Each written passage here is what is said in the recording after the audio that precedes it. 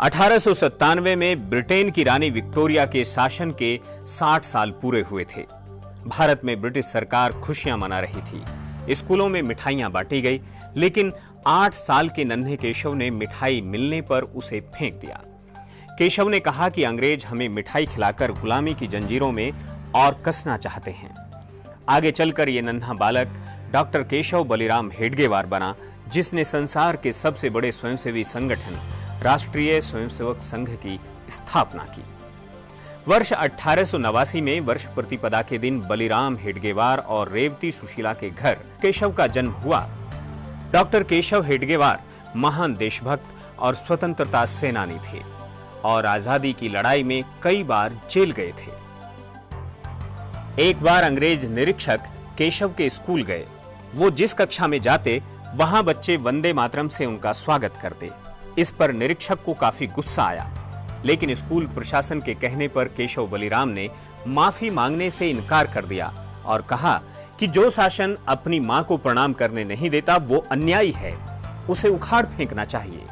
ऐसा कहने पर केशव को स्कूल से निकाल दिया गया।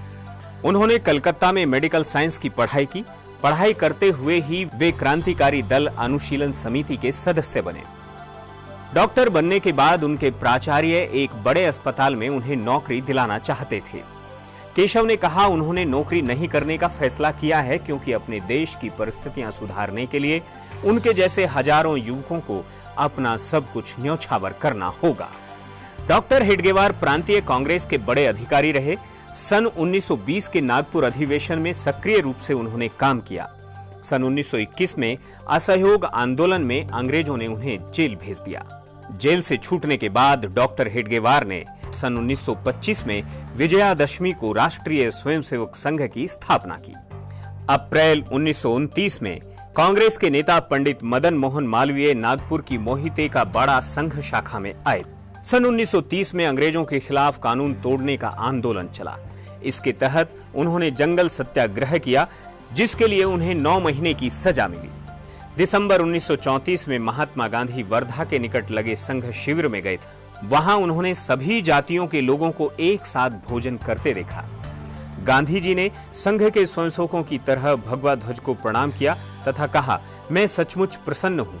इतना प्रभावी दृश्य मैंने अभी तक नहीं देखा।